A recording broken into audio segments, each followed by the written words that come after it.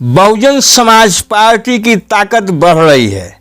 Bahujan Samaj party की नेता सुश्री मायावती जी देश में ही नहीं विदेश में भी लोकप्रिय हो रही हैं। विपक्ष में रहते हुए विदेश में लोकप्रिय होने वाला अगर कोई नेता है तो सुश्री मायावती जी हैं। लंदन यूनिवर्सिटी में सुश्री मायावती जी का 67वां जन्म दिवस मनाया गया। वहाँ पे उनके एक भी समर्थक थे। उन लोगों ने बहुत ही उल्लास के साथ 15 जनवरी को उनका जन्म दिवस मनाया और उनके व्यक्तित्व और कृतित्व की वहाँ चर्चा की गई और काफी लोगों ने अप्रिशिएट किया। अब दूसरी तरफ बहुजन समाज पार्टी की ताकत और मायावती जी पुनः लोकप्रिय हो रही हैं और अपने पुराने तेवर में आती हुई दिख रही हैं। समाजवादी पार्टी के एक सांसद शफीकुर रहमान वर्क, इन्होंने जिस प्रकार से मायावती जी की तारीफ में कसीदे पढ़े हैं उससे समाजवादी पार्टी को चिंतित होना स्वाभाविक है। संभल से सांसद शफीकुर रहमान वर्क, जो कभी बहुजन समाज पार्टी के टिकट पर भी सांसद रह चुके हैं, एक बार फिर सुश्री मायावती जी के प्रति अपना प्रेम दिखा रहे हैं।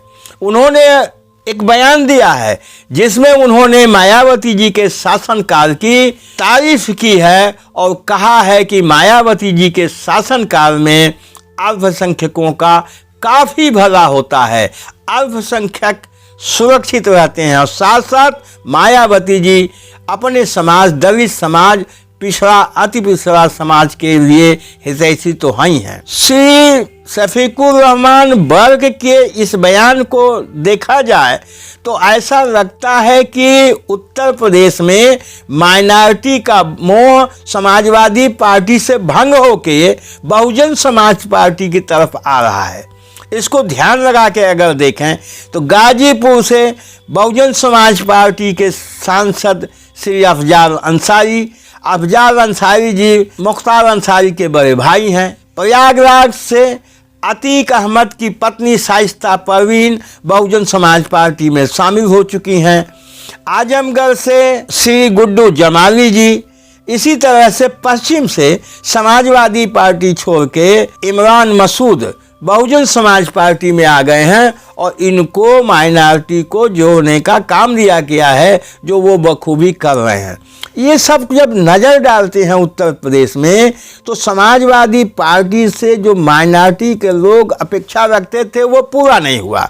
समाजवादी पार्टी से जो नाराज लोग हैं उनका रुख बहुजन समाज पार्टी की तरफ बन रहा है। और अगर ज़मीन में भी देखें, जनता के बीच में भी अगर सर्वे किया जाए, देखा जाए तो कहीं कहीं यह चर्चा सुनने को मिल जाती है कि माइनॉरिटी बहुत ही मनोयोग से समाजवादी पार्टी के साथ 20 साल से है, लेकिन समाजवादी पार्टी जिस तरह से माइनॉरिटी की रक्षा सुरक्षा और उसके लिए काम करना चाहिए समाजवादी पार्टी नहीं कर पाई है। माइनॉरिटी के जब लोग दुख में होते हैं तो समाजवादी पार्टी के नेता कन्नी काट लेते हैं, जबकि दूसरी तरफ बहुजन समाज पार्टी की नेत्री सुश्री मायावती जी माइनॉरिटी के लिए हमेशा मुखर रही हैं और इनकी समस्याओं के प्रति हमेशा संघर्ष करती नजर आ रही हैं। ये सब देखते हुए ऐसा लगता है कि बहुजन समाज पार्टी के साथ इस बार 2024 के चुनाव में माइनॉरिटी का झुकाव अधिक होगा।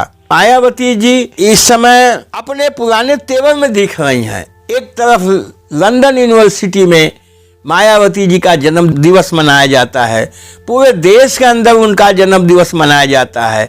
और एक खबर और आपको बता दें कि भीम आर्मी ने भी घोषणा किया है कि अगले जो भी चुनाव होंगे दूसरे स्टेट में भी, उत्तर प्रदेश के अलावा, वहाँ वो बहुजन समाज पार्टी का समर्थन करेंगे। भीम आर्मी के कार्यकर्ता सुश्री मायावती जी का समर्थन करेंगे और बहुजन समाज पार्टी के कैंडिडेट को जिताने के लिए जी तोड़ प्रयास करेंगे। ये सारी परिस्थितियों का आकलन करने के बाद यह कहा जा सकता है कि बहुजन समाज पार्टी अपने पुराने तेवर में आ रही है और 2024 के चुनाव में निश्चित रूप से वह अपनी मजबूत उपस्थिति देश के अंदर दर्ज कराएगी।